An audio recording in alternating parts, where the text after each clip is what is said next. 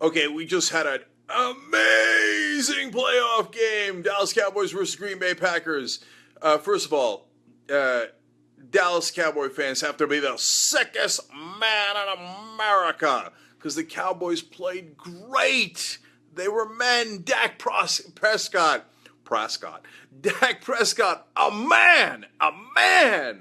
What an unbelievable rookie quarterback. Zeke, they all played great.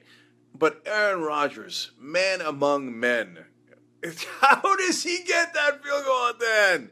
But that's not why I'm doing this, because that's obvious and everybody knows it, and everybody knows that was an unbelievable game, and that they both played great, and Prescott's got an unbelievable future in the NFL. I've never seen a rookie that poised in my life. Everybody knows that Aaron Rodgers is a demigod. No, but why should anybody be fired after such a great game and both sides played that well?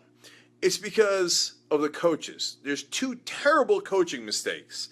One was actually by Jason Garrett. Because when you're driving down the field for the Cowboys' last drive, don't spike the ball.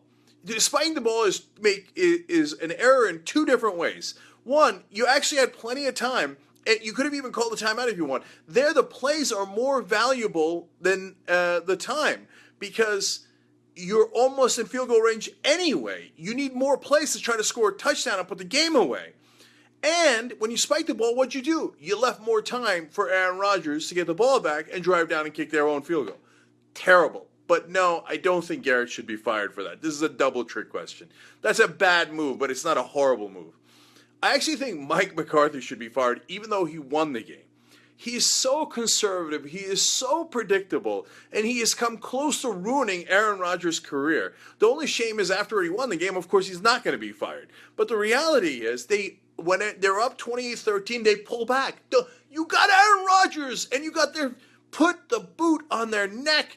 Don't pull back, All right, he drives me crazy, but that's, okay, then he does that all the time, and that is why they've lost 3 close playoff games in recent years, right? But that's not the play I'm talking about even so. The one that I'm talking about is they've got the ball, they're driving down the field, they're in field goal range. Don't run the ball. Don't give it to Ty Montgomery, your 17th best player, and I like Montgomery. And then don't line up in a formation where they know you're going to run the ball. You have the best player in the league by a long shot. You have Aaron Rodgers. Put it in his hands. And by the way, he can run the ball. That's okay. He can pass the ball. He can throw it out of bounds. He can do 1,000 different things, right? You have the best player. Put it in his hands at the end of the game. Look at what he did at the end of the game anyway, despite McCarthy, right? So, and I swear to you that I said it way before, but then it's not me, it's everybody. Ben Mankiewicz said it, he called me about it. All the guys I'm watching the game with here were like, don't run, don't line up in that formation, everybody knows you're going to run. And they lost 5 yards on that play at a minimum. They made the field goal much harder. They're super lucky that Mason Crosby is such a great kicker, and they should have been getting positive yards instead of negative yards. Mike McCarthy sucks as a coach. At the end of this year, I mean, even if maybe they win the Super Bowl, and then I guess you can't fire a coach who won the Super Bowl.